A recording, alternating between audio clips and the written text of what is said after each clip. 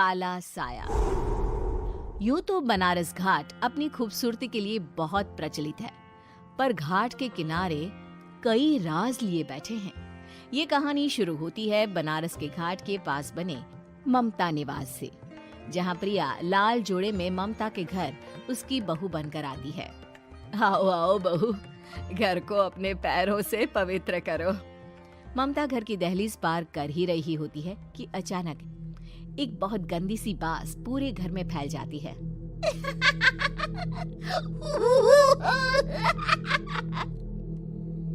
ये बदबू और ये आवाजें, ये कौन हंस रहा है माँ? अब ये पड़ोसी ना हमारे थोड़े अलग से है। कहाँ हम शाकाहारी और ये मांस मच्छी खाने वाले। छोड़, तू ध्यान मत दे और गृह प्रवेश कर। और हाँ बहू, अपनी सास की एक बात हमेशा याद रखना, इन पड़ोसियों से तो कभी बात नहीं करेगी। अच्छे लोग नहीं है ये। अपनी सास की ये बात मानेगी ना बेटा? हाँ माँ, जो आपकी मर्जी, मैं उनसे बात नहीं करूंगी। अगले दिन प्रिया अपनी पहली रसोई बनाने रसोई घर में जाती है। ये छोकी बात तो नाक में जा रही है। एक काम करती हूँ, खिड़की खोल देती हूँ। प्रिया खिड़की खोलने जाती है।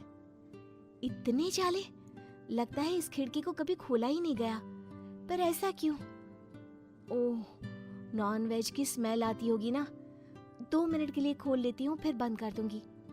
प्रिया खिड़की खोलती है। खिड़की खोलते ही उसकी नजर सामने वाले घर की खिड़की पर पड़ती है, जहाँ एक लड़की खड़ी होती है। हाथों में मेहंदी, लाल रंग की साड़ी, बिल्कुल सजी धजी, मानो प्रिया की तरह ही वो भी नई नवेली बहू हो। वो प्रिया को देखकर मुस्कुराती है। हे भगवान, माँ ने तो इनसे बात करने को मना किया था। प्रिया फौरन ही खिड़की बंद कर देती है और तवे पर चढ़े रोटी की ओर देखने लगती है, पर वहाँ रोटी न होकर मछली पड़ी होती है। ये क्या? पहली ही रसोई में इतनी बड़ी गलती!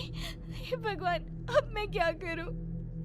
प्रिया बहुत डर जाती है और फौरन रसोई की सफाई करने और फिर सभी के लिए खाना बनाने लग जाती है। जब वो सबको खाना परोसती है, सब तो ठीक है, मैं बेकार में चिंता कर रही थी। हे भगवान, ऐसे ही बस अपनी कृपा बनाए रखना। रात के वक्त जब सब सो रहे होते हैं, तब प्रिया को पायल की आवाज सुनाई देती है, जिससे उसकी आंख खुल जाती है। ये पायल की आवाज कहाँ से आ रही है? प्रिया उठकर उस आवाज के पीछे छत की सीढ़ियों तक जाती है। तभी उसे बच्चे के रोने की आवाज आती है। प्रिया छत पर जाती है तो क्या देखती है? वही लाल साड़ी वाली लड़की अपनी गोद में एक नवजात बच्चे को घुमा घुमा कर सुला रही है। तभी प्रिया की नजर उसके पेट पर पड़ती है। ओह गॉड, ये तो प्रेग्नेंट भी है। सुनिए, बच्चा सो नहीं रहा है क्या? मैं कुछ मदद करूं? नहीं नहीं, आपके घर वालों को अच्छा नहीं लगेगा, मैं संभाल लूंगी। स्नेहा की गोद से बच्चा हाथ मारकर प्रिया की गोद में आने को छटपटाने लगता है। दोनों घर अगल बगल में बने होने के कारण प्रिया उस बच्चे को गोद में ले लेती है। प्रिया के पास आते ही वो सो जाता है।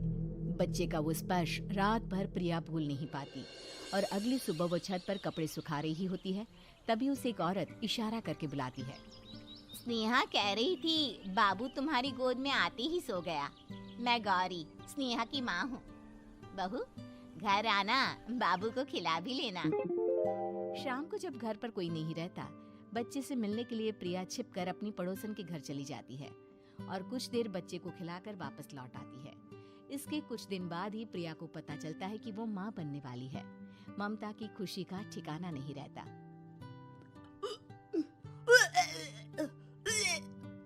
माँ जी, पता नहीं क्यों उल्टी आ रही है।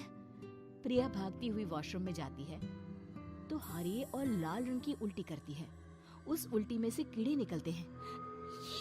ये क्या? खून और ये कीड़े! माँ! माँ! प्रिया की आवाज सुनकर ममता दौड़ कर आती है, पर बेसिन में कुछ नहीं होता। प्रिया हक्की बक्की रह जाती है। ये सब क्या हो रहा है? प्रिया घबरा जाती है और अपने कमरे में जाकर सो जाती है। डर के कारण वो इतनी थक जाती है कि उसकी आंख लग जाती है। तब उसे ऐसा लगता है उसके पेट पर मानो कोई बैठा हुआ हो। कौन हो? प्रिया के पेट पर एक 5 महीने की बच्ची बैठी हुई थी, जो बुरी तरह जली हुई थी। माँ, तुम ही मुझे लाई ना अपने पेट में। मैं तुम्हारी माँ नहीं हूँ। कौन हो तुम? माँ, देखो मैं जल गई बुरी तरह से। 6 महीने पेट में रहने को भी मुझे नहीं मिला। सहला दो ना माँ। बचाओ, बचाओ, माँ। ममता दौड़कर कमरे में आती है। प्रिया की बातें सुनकर वो सब समझ जाती है। तू कहीं बगल वाले घर में तो नहीं जाकर आई ना बहू? मुझे माफ कर दो, मैं गई थी माँ। उस घर में सब मरे हुए हैं बहू। कई साल पहले स्नेहा उस घर में बहू बनकर आई थी। कुछ ही दिन में वो एक बच्चे को जन्म देने वाली थी। पूरा घर बच्चे के आने की खुशी में खोया था कि एक दिन अचानक उस घर में आग लग गई। सब बुरी तरह जलकर मर गए। गौरी आज भी दादी बनने का इंतजार कर रही है और इसीलिए स्नेहा ने अपना अजन्मा बच्चा तुम्हारी कोख में डाल दिया। ममता ये कह रही होती है कि पीछे से उसके पैरों को एक बच्चा पकड़ लेता है। दादी, दादी। माँ, स्नेहा की गोद में यही बच्चा था। ये बच्चा कौन है फिर? तेरी मौत है। तेरी भी दादी। जिस चीज का ममता को डर था वही हो गया। ममता निवास के ऊपर मौत ने चादर बिछा दी थी। प्रिया का पेट ऐसे बढ़ जाता है मानो 9 महीने का हो।